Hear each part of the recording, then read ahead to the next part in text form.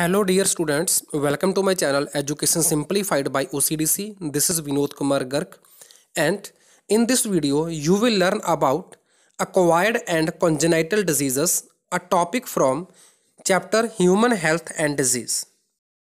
So first of all we will talk about acquired diseases.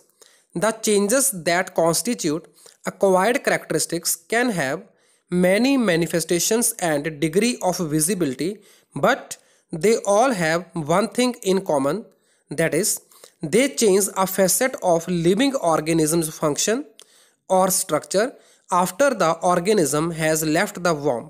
मतलब जब बच्चा पैदा हो जाता है, पैदा होने के बाद में जो उसको कोई भी प्रॉब्लम, जो उसकी स्ट्रक्चरल प्रॉब्लम हो या फिर फंक्शनल प्रॉब्लम हो, तो उसको हम एक्वायर्ड डिजीज़ बोलते हैं।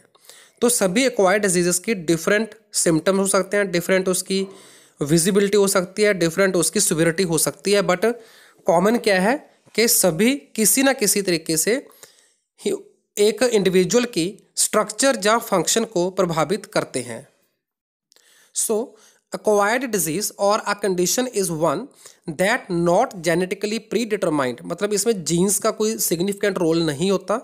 It can be gotten just after birth and or for the rest of your life, मतलब बर्थ के जस्ट बाद भी हो सकती है या लाइफ के किसी भी पार्ट में हो सकती है after birth, by external factor, मतलब किसी भी एक्सटर्नल फैक्टर के कारण या एनवायरमेंटल फैक्टर के कारण ये बीमारी होती है, जिसको हम बोलते हैं एक्वायर्ड डिजीज।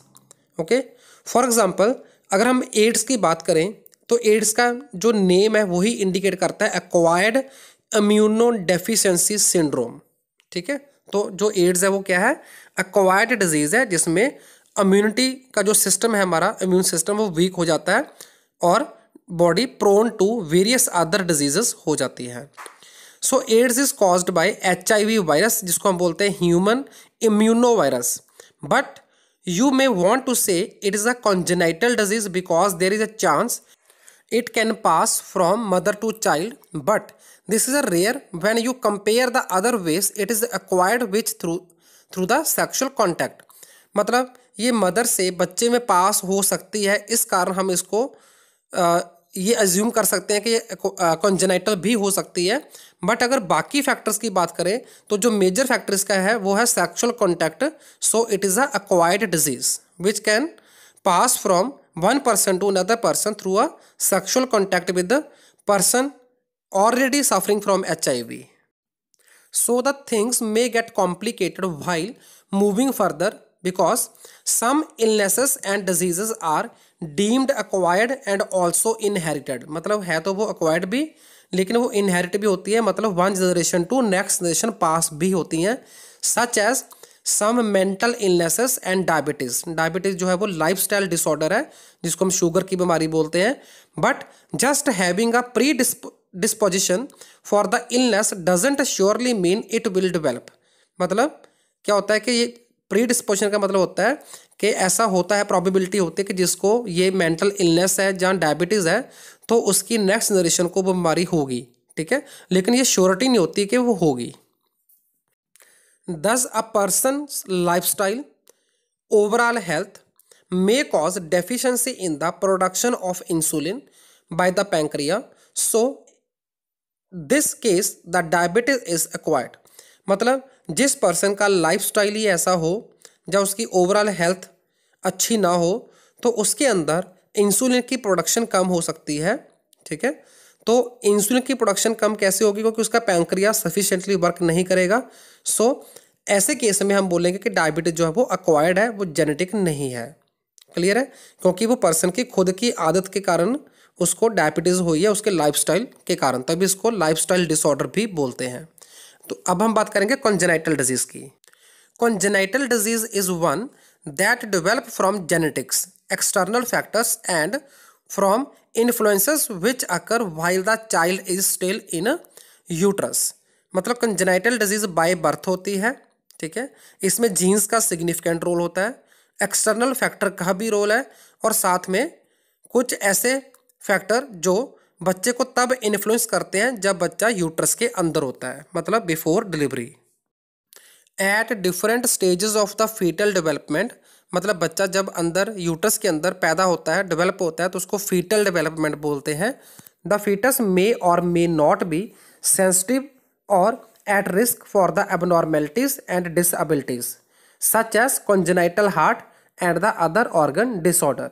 मतलब जब बच्चा यूट्रस के अंदर डेवलप होता है तो वो सेंसिटिव हो भी सकता है for the abnormalities and disabilities, और नहीं भी हो सकता। ठीक है, तो बहुत सारे ऐसे फैक्टर हैं जो इसको इन्फ्लुएंस करते हैं कि बच्चा रिस्क में होगा या नहीं होगा। तो उसमें कुछ एग्जांपल है कॉन्जेनाइटल हार्ट डिजीज की एंड अदर ऑर्गन्स की। So this may be because of the environmental factor, the health और the condition of the mother also. अगर मदर की कंडीशन, मदर की हेल्थ ठीक नहीं है तो बच्चे के ऊपर उसका नेगेटिव इम्पैक्ट पड़ सकता है। Okay, for the unknown reasons fetus may develop an illness or a disease or a condition or other abnormality that will present when he or she is born। मतलब बच्चे के अंदर कुछ मदर के या और एनवायरमेंटल फैक्टर्स के कारण कुछ abnormalities हो जाती हैं जो आफ्टर बर्थ बच्चे में विजुलाइज होती हैं। Now we will talk about the major difference between acquired and congenital diseases। Congenital disease period of occurrence is during or just after birth, while acquired disease occur after birth or for the rest of your life। मतलब congenital disease या तो just before birth ही होती है या फिर just after birth हो सकती है, वाइल जो अक्वायर्ड डिजीज होती है वो हमेशा आफ्टर बर्थ ही होएगी और वो पूरी रेस्ट ऑफ द लाइफ में कभी भी हो सकती है। Congenital disease can be inherited by genes. मैंने अभी बताया था इसी वीडियो में कि जीन्स का सिग्निफिकेंट रोल होता है कॉन्जेनाइटल डिजीज में, और कॉज्ड बाय द एनवायरनमेंट और एक्सटर्नल फैक्टर्स। जबकि जो अक्वायर्ड डिजीज होती है that is caused only by the environmental और external factors. Congenital diseases are caused by the genes और द क्रोमोसोम म्यूटेशंस। म्यूटेशन का मतलब होता है change in the sequence of base pairs of DNA, उसको हम म्यूटेशन बोलते हैं। Okay, while acquired diseases can be caused by the degeneration of tissue, किसी भी टिश्यू का बॉडी के अंदर डीजनरेट हो जाना या किसी पैथोजन का बॉडी में इन्वेड करना। पैथोजन मतलब कोई भी डिजीज कॉजिंग माइक्रो ऑर्गेनिज्म, उसको पैथोजन बोलते हैं। या फिर कैंसर ग्रोथ मतलब अनकंट्रोल्ड सेल डिवीजन को हम कैंसर बोलते हैं। या फिर किसी हार्मोन का हाइपो या हाइपर सिक्रेशन होना, तो इनसे जो डिजीज होती है वो अक्वायर्ड डिजीज होती हैं। So this was all about the difference between acquired and congenital diseases. Thanks for watching.